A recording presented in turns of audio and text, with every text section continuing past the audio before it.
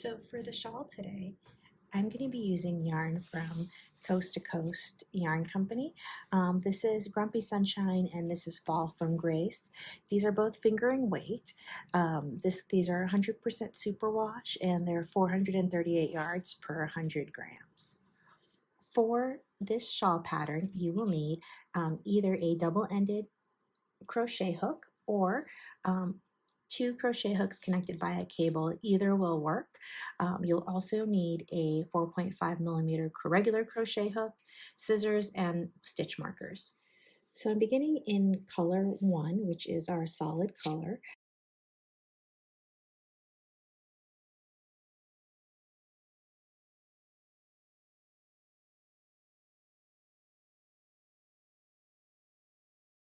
And I'm going to go ahead and chain 2. And we're going to be doing a foundation half double crochet row. So I'm going to skip the first chain, but I'm going to yarn over first, then go into that chain and yarn over and pull up a loop. Now we have our 3 stitches, which would be fine for a half double crochet, but we're going to make the base of that half double crochet right now. So we have 3 stitches. We're going to pull through all 3. And then I'm going to yarn over again, getting ready for my half double crochet, but I want to work into the bottom of that chain. Sorry, it's a little bit hard to see from the camera as opposed to seeing it directly. Again, I have 3 stitches on my loop, but I have to build the bottom of it first. And then I'm going to yarn over and pull through all 3. Yarn over and go in for the next one. Just like that. Again, sorry, it's a little bit hard to see. And then I chained 1 and I pull through. I'm going to yarn over, do 1 more with you.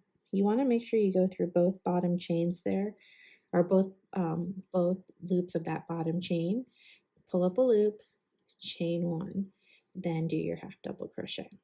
And this is going to give a really nice stretchy top to the beginning of our cowl. So I'm going to keep working on this, and then I'll come back and meet you when it's time to do the next step. So I have my 2 edges here together. I'm going to go ahead and find the first loop, and I'm going to, let me just bring my yarn to the back here, and I'm going to go ahead and slip stitch it. And I've also made sure that my loop is very, very straight.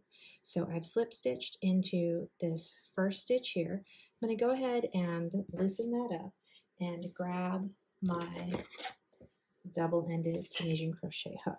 So I'm going to have my first loop here, just like that. And what I'm going to do now is I'm going to, that's for my first stitch. In the rest of the stitches, I'm going to pick up a stitch in the back loop. So here's my back loop. I'm going to pick up a stitch just like that. Oops. Make sure you only get the 1 stitch, just like that. Just like that. And I'm going to keep going.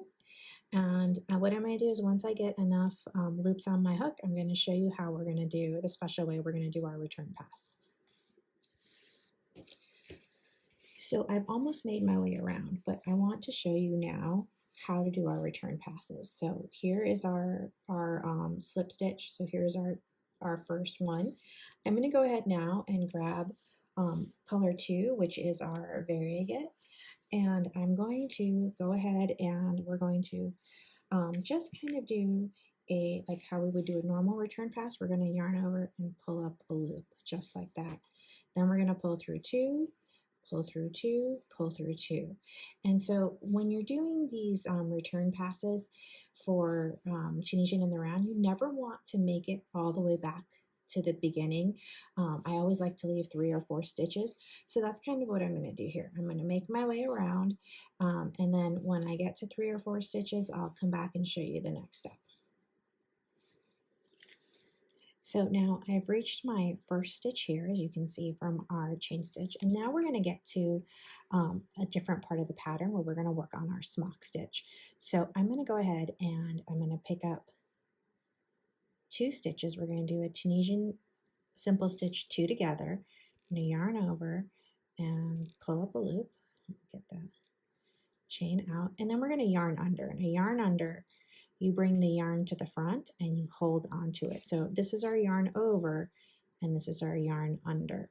I have to keep my finger on there as I go to do the next stitch. I'm not going to lift my finger up. If I lift my finger up, the knot will slip and you'll end up with the purl stitch. And so that's it. And you can see how it's bringing these two stitches together. So I'm going to go ahead, yarn under, and then pick up the next Tunisian simple stitch 2 together. And one thing I want you to notice, the yarn under goes with this stitch, not with this stitch. So the stitch itself is a Tunisian simple stitch 2 together, then a yarn under. So always remember that when you're doing your stitches and your stitch counts. I'm going to 2 together, and I'm just going to continue this. So now I'm going to work this all the way around and do my return pass for this, and I'll meet you back once this row is done. So I'm doing my return pass for the yarn under rows, and you just have to make sure you catch that yarn under. So you'll have a normal return pass, and then you'll have a yarn under that you just have to kind of help along. There's 2 ways to do it. So there's the way that I just showed you just now, where you kind of rotate underneath. The other way to do it, which I'll show you, is to twist all the way around like that. So you have 2 ways to do it. You can either gently help it, or you can actually do a full twist. So I've now reached back to the end of the row, and this is my first stitch, and I have 1 stitch left before it. So I'm going to yarn under, and then what I'm going to do is I'm going to grab that lone stitch by itself and the first stitch, just like that. And before I yarn under, or I'm going to go ahead and yarn under, and then I'm going to pick up my next stitch. And what I want to do is I just want to put a stitch marker on this yarn under, because that is my first stitch. So I'm going to grab a stitch marker and find my yarn under, just like that. We'll clip that on and we'll leave it, and that way we know where our first stitch is when we're ready to do some increases. So this is basically the pattern. What you're going to be doing is you're going to be doing increases along the way, but I would follow the pattern instructions for that. So I'm going to keep working, and I will meet you back after I've done several more rows and explain a little bit more of the process to you. So to do the actual increases, I have my 2 together right there. I'm going to do my yarn under, and I'm going to hold on to my loop just like that. Instead of doing another Tunisian simple stitch 2 together, I'm just going to do 1. I'm going to yarn over, pull up a loop, then I'm going to yarn under again. In the same one, I'm going to do the same thing. Just do a simple stitch, but then I'm going to follow it with the yarn under. And there, instead of having just a normal 2 stitches, I've added 4. Then I'll go straight into the next one and do my yarn over. So you can see how it looks a little bit different, but if I show you the rest of the shawl, you might be able to pick up that there was one. Let me see if I can find you one where another increase is. You might be able to pick it up before me here. But they're actually, oh, there's one right there. So right there is the increase. So when you're looking at the shawl, but you won't really pick it up. It's pretty barely noticeable. And then what we need to do is we need to change our stitch marker. So what we're going to do is I'm going to go up. So I have here's my row, 1, 2, 3, 4. And now I want to go back 10 stitches. So here's my increase. So 1, 2, 3, 4, 5, 6, 7, 8, 9, 10. So I'm going to go back to this stitch right here for my stitch marker. So what this means is I'm going to go ahead and take my stitch marker off of here and put it here. And we're going to do that. What we're doing is we're rotating the increase every 10 stitches back to make it nice and even and give it a nice flow.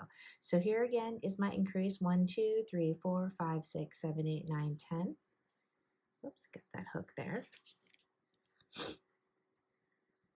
And then I will turn my work around and show you the other stitch marker. And that stitch marker is, again, it's basically the every other row. I was down 4 rows. This one is down only 1. So this increase will happen in 1, 2, 3, 4 rows, if that makes sense.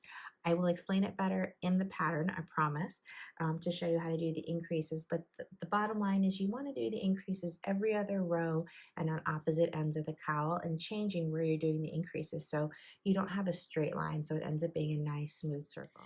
So we've finished our last row on the pattern, and I'm right where the beginning is. So I followed that up, and I'm right where those last where the stitch lines up approximately, and I'm going to go ahead and I'm going to start doing my my closing row or my bind off, and I wanted to show you how to do that.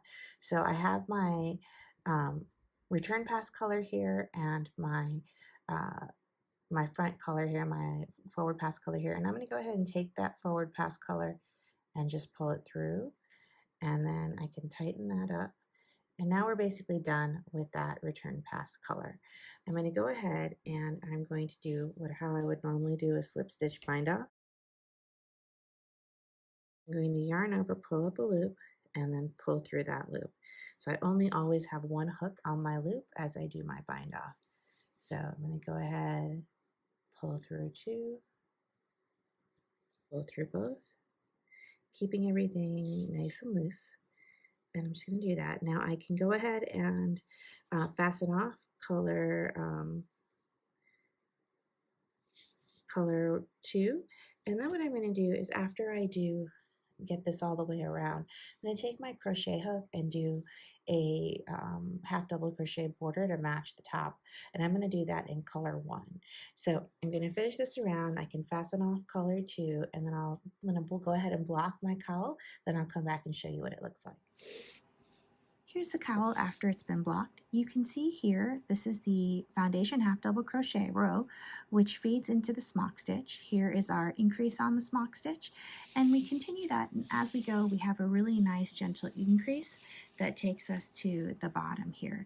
Now for the bottom, we did to finish off, I did a half double crochet row, but I did back loop only, and that gives it that pretty little effect here that tries to parallel the top. Then I went ahead and bound off. I still have to weave in my ends, but otherwise this is done. This was a really fun little project to make. It's beautiful because you have the high contrasting yarn, and it has the most amazing soft drape because of how we did the increases. I hope you really enjoy this pattern. The pattern is available on Ravelry, and there's a link below in the description.